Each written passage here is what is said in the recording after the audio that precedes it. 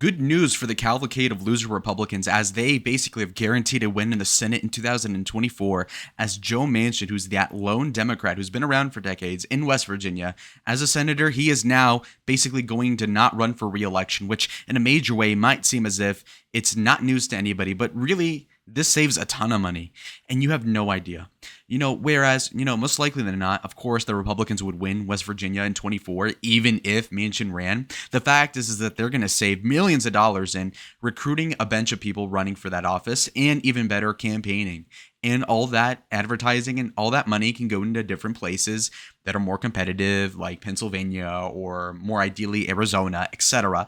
And so now the Republicans not only will increase their odds of winning West Virginia, their odds went from, let's say, a 2 in 3 chance to like a 95% chance of the Republicans winning the Republican flip of West Virginia in the Senate, which is huge because this Senate election in 24 is really up to like 5 different swing states. And so we're looking at a broad range of, at worst case, the Democrats getting a 51-49 Senate, or best case, Republicans get like a 56-44 Senate, something like this.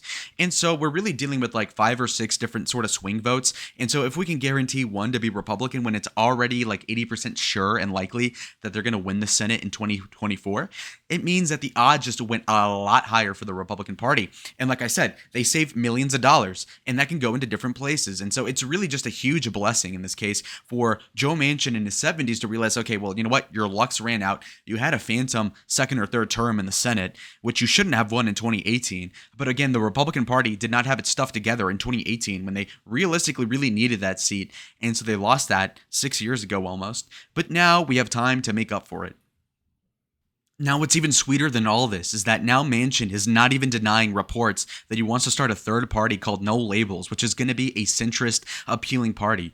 These sort of parties, RFK, similar facet as well. Jill Stein, the Green Party candidate from 2016, is going to run it back. These are all bad news for the Democrats, as obviously all of these votes are Biden adjacent. Even the third party candidates like Joe Manchin, theoretically, that are like not Democrat or even liberal in their espousal of values will take votes from Joe Biden, because everybody who's voting for Trump is going to vote for him out of excitement, and the people in the middle are just probably going to sit this one out in 24.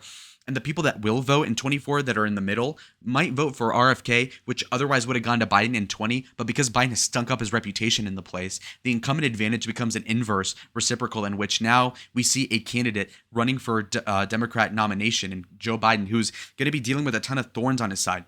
When we're dealing with candidates such as Jill Stein, she's going to take maybe 0.5% of the popular vote. But those 10 to 20,000 votes that are liberal adjacent in Wisconsin, in Michigan, that's going to really bite Joe Biden in the arse. And then again, when we're dealing with Joe Manchin, he is a more conservative Democrat by whatever standard you want to consider that being. And so what that means is that he's going to take liberal people that would vote for Joe Biden, but take them out of the contention and put them in a pocket in which Donald Trump basically benefits from. Because if somebody won't vote for you, ideally they just get rid of that vote. And that's exactly what it is to vote third party. Now, you could say the libertarian vote could take from Donald Trump. But as far as I know, I don't even know who's running the Libertarian Party candidacy now. So, I mean, the libertarians have kind of just given up. Whereas in yesteryear, in 2016, you can recall Gary Johnson actually ran a decent campaign. He got double digits in New Mexico. He actually got like 4% in Arizona. So like you could actually argue that in 2016, even 2020, I had Twitter arguments with the candidate that ran for president for the Libertarian Party in high school. Some chick, I don't remember, but basically those people actually did take some valuable votes from Donald Trump, because if you didn't know, people, the libertarian candidates tended to, it's basically a 60-40 split anti-Republican. And what I mean is, like, if you were to take out the Libertarian Party, the Republicans would net some votes, but instead it cost them. So that's why a third party would actually hurt Joe Biden, because he's the incumbent. And most of these third party people are moderates, but moderates facing the left and not so much people that are on the right. A moderate that's like more leaning towards a Trump would be kind of like Joe Rogan. That would be the kind of vibe, Aaron Rodgers, that sort of celebrity. Whereas, obviously Joe Manchin would be more of a oft liberal. Here's how the math works out. In order to flip the Senate, assuming Joe Biden wins again, in quotes. Basically, they would need to flip 2 seats to get the Senate back into control, which is obviously very important so you can get anything done, including Supreme Court justices, etc. And you saw what the Supreme Court did last time. They actually overturned Roe v. Wade in a major extent. And so that's extremely key when we're talking about the lives of hundreds of thousands of the unborn. You would think it's actually a big deal to keep track of, hence why the Senate is so vital. Anyhow, when it comes to this whole presidency dynamic, if you have somebody like the No Labels Party, and you've got the candidate being Joe Manchin, and he takes 1 or 2%. That's going to cost Biden dearly. But even better than this, he, by just removing himself out of the race, saves the Republican Party God knows how many tens of millions of dollars, and they can put it in other places. Whereas the Democrats are going to save some money too by not really trying in West Virginia, but still it's a bigger benefit to the Republicans because they're the ones that are more on the offensive in this general concept. Plus, money's more scarce for conservatives overall. And so saving the money here is a bigger deal for Republicans, and it's a nuanced thing that most won't understand, but you have to believe me on this. Another point has to do with the fact that if you win the presidency with Donald Trump or whoever have you, let's say by the grace of God, or in this case, if the devil wins and there's a reverse Hail Mary and Ron DeSantis is your president, well, you only need one Senate Republican to flip and win a seat for it to be a 50-50 plus one majority for the Republican Party if we have West Virginia already guaranteed GOP. And that's exactly what's going on. A spokesperson from the Democratic Senatorial Campaign Committee, whose name is David Bergstein, by the way, this fellow is saying that, well, actually, this is not that bad because we've already expanded the battleground map from Texas to Florida. Well, that's a huge cope, and this is really just like the dumbest sort of thing ever. Texas is not even close, and Ted Cruz, who already sucks as a candidate, will win, virtually guaranteed.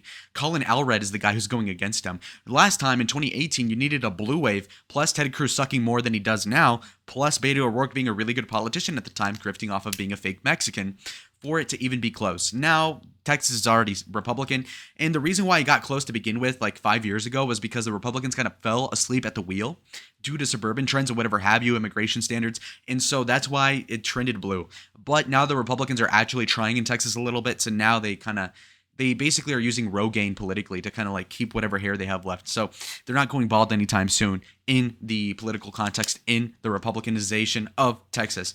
Florida, on the other hand, is just completely trending red. I mean, it's completely gone. Marco Rubio won comfortably in 2016. Rick Scott is not a popular candidate, but he'll vote in line with the Donald Trump.